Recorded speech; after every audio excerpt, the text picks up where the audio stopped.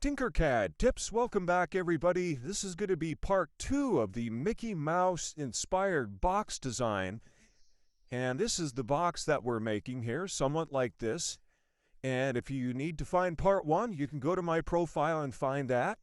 Now in part 1, I had explained how we had used this tray design that was meant to be printed on a single color printer, and we had used this as the basis for our box. So let's slide over here, and this is where we ended in part 1. We had just finished the lid. So we have the lid part here. We have this inset lip here. Now let's work on the bottom portion of it here. Let's zoom out a bit. Okay, we had brought in this SVG here. This is our base of our box. This is from an SVG. So let's make a duplicate of this. Control D. I'm going to come over here. I'm going to make the height of this. Let's say that we're going to make this at 35 millimeters tall. We want inner line, round, and we're going to make this 4 millimeters. That'll match up to the box top.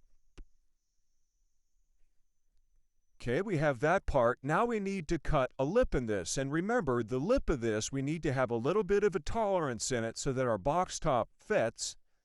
So again, I'm going to select the base, Control D, and we can lift this up a bit here. I want this to be a hole shape. I want the height to be 8 millimeters. That'll match up to the box top. We want this to be an inner line,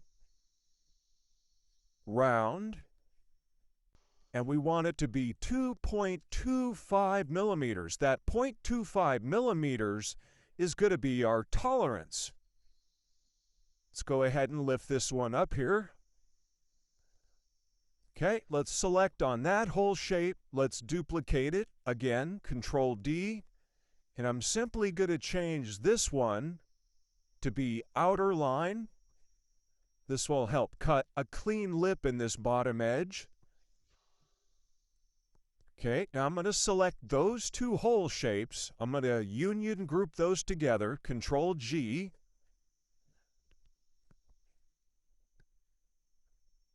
There we go. Now we want to line that up with the top of our box here, or the top of this lip, I should say. So I'm going to select the two of those, L to align. I'm going to select on this part down here to make it the master so it doesn't move. Going to align those. Now we can select all of these here and union group those together, Control G.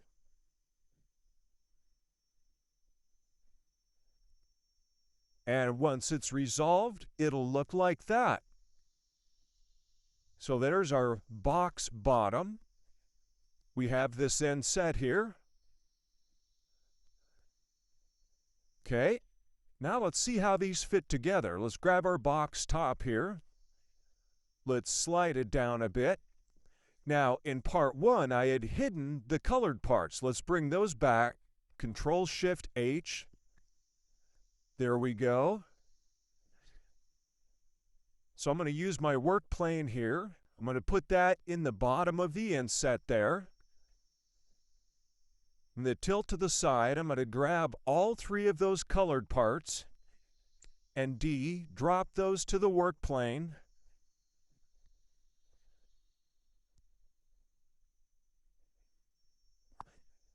Looks like we had some extra hidden parts there.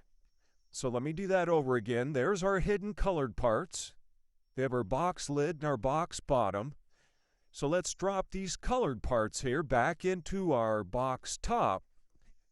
So W for work plane, we'll put that in the bottom of the inset. We'll select all of these. D to drop those in there. There we go. Put our work plane back on the default. All right. Now, let me show you how this fits together here and how the tolerance was built into this. For the time being here, let's change this yellow part to black because I want to bundle group these together. Make that black. Okay, I'm going to move out here. I'm going to select all of those parts, Control B to bundle group. That way everything stays together.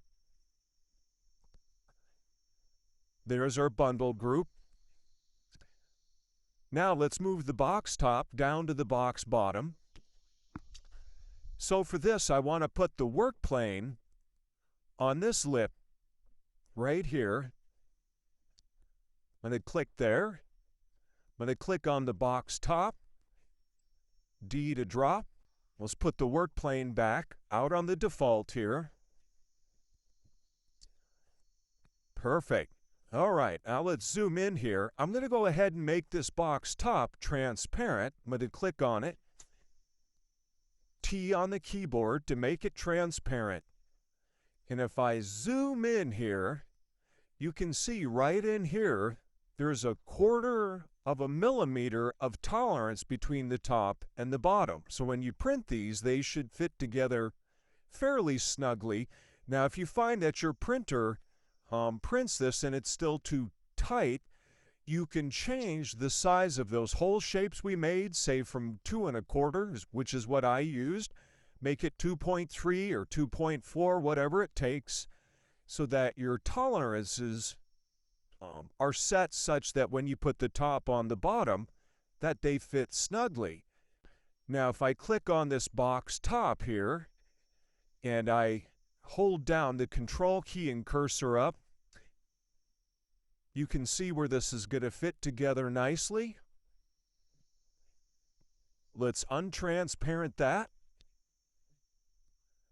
Let's make our box bottom black again. There we have it. So there's our Mickey Mouse inspired box. If you have any questions, you can drop those in the comments or DM me directly. As always, like, follow, and repost my tutorials. That really helps with the algorithm. Happy tinkering, and I guess we'll see you on the next one.